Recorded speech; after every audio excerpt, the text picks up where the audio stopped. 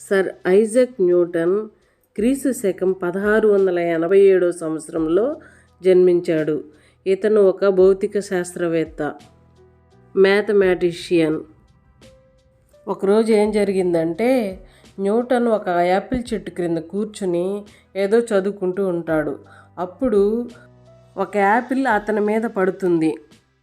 అప్పుడు Newton Apple క్రిందకు ఎందుకు పడింది, పైకి ఎందుకు పోలేదు అని అనుకుంటాడు.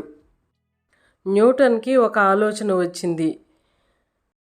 న్యూటన్ గ్రావిటీని కనుగొంటాడు. గ్రావిటీ అంటే ఏమిటి? గురుత్వాకర్షణ. గురుత్వాకర్షణ అంటే ఏమిటి? భూమి అన్ని శరీరాలపై చూపించే శక్తిని గురుత్వాకర్షణ అంటారు. భూమి వాటిని వాటి కేంద్రానికి ఆకర్షిస్తుంది. ఈ యొక్క గురుత్వాకర్షణ వలన వస్తువులు నేల మీద పడతాయి. మరియు ఈ గురుత్వాకర్షణ బరువు యొక్క అనుభూతిని సృష్టిస్తుంది. గ్రావిటీ వలన భూమి ప్రతి వస్తువుని తన మీదకి ఆకర్షిస్తూ ఉంటుందన్నమాట. తెలిసింది కదా. అయితే ఇక్కడ ఈ రాయిని మనం గమనించినట్లయితే, ఈ రాయి ఎలా గురుత్వాకర్షణకు వ్యతిరేకంగా నిలబడగలిగింది? సాధారణంగా ఏటవాళ్ళు ప్రాంతంలో ఒక బాల్ని కానీ మనం ఉంచినట్లయితే అది రోల్ అవుతూ కింద పడిపోతుంది. చూశారు కదా, అక్కడ జారుడు బల్లలాగా ఉంది, అక్కడ పిల్లలు జారుతూ ఉన్నారు. ఆ విధంగా జారిపోతూ ఉంటుందన్నమాట. అయితే ఈ రాయి ఎలా ఇంత స్టేబుల్గా ఎలా నిలబడగలిగింది? ఈ రాయి యొక్క వివరాలు తెలుసుకునే ముందు welcome to Vallam's kitchen king channel. Mahabalipuram అణువణువు అనేక రహస్యాలను దాచిపెట్టుకుని ఉంది. 1200 సంవత్సరముల చరిత్ర కలిగిన ఆ దేవాలయంలో ఎన్నో వింతలు. అయితే వీటన్నిటిలో ఒక ప్రాముఖ్యతను, విశిష్టతను పేరుగాంచింది ఈ కృష్ణాస్ బటర్ బాల్.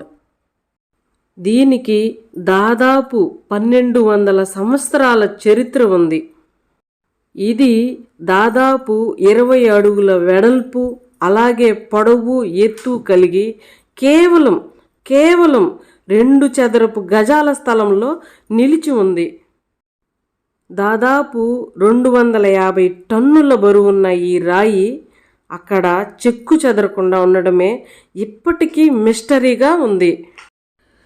ఈ రాయిని తొలగించాలని ఎంతోమంది ప్రయత్నించారు.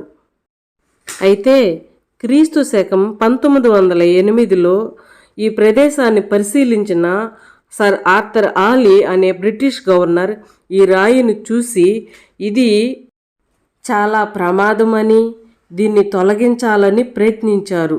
ఇందుకోసం 7 ఏనుగులను తెప్పించి పెద్ద పెద్ద గొలుసులతో దాన్ని ఎత్తు నుంచి పల్లంలోకి కదిలించడానికి నానా ప్రయత్నాలు చేశారు. అయితే వారు ఆ రాయిని కొంచెం కూడా కదపలేక నిరాశతో వెనుదిరిగారని చరిత్ర చెబుతోంది. ఇంతటి ప్రఖ్యాతిగాంచిన ఈ రాయిని ఆనాటి పల్లవరాజు నరసింహవర్మ ఇది ఆకాశదేవుని రాయి అని, దీన్ని ఏ శిల్పి ముట్టకూడదని శాసించాడని చెబుతారు. మరికొందరు మాత్రం ఇది గ్రహాంతర వాసుల ఎగిరే పళ్ళాలని చెబుతారు. 250 టన్నుల బరువు ఉండే ఈ రాయిని కొండపైకి తీసుకురావాలంటే ఆ రోజుల్లో సాధ్యమయ్యే పని కాదని, అందుకే ఇది ఏలియన్స్కు సంబంధించినదని చెబుతారు. అయితే మీరు ఏమి అంటారు? ఈ రాయి గ్రహాంతర వాసులు ఎగిరే పళ్ళెమా? అయితే ఈ రాయి భూమి యొక్క గురుత్వాకర్షణకు వ్యతిరేకంగా ఎలా నిలబడగలిగింది?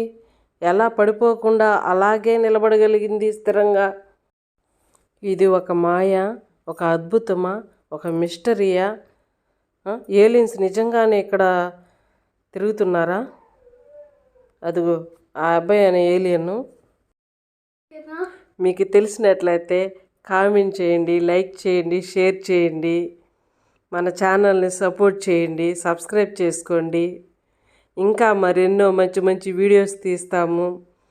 మన యొక్క సహోదరులు సహోదరీలు అందరికీ థ్యాంక్స్.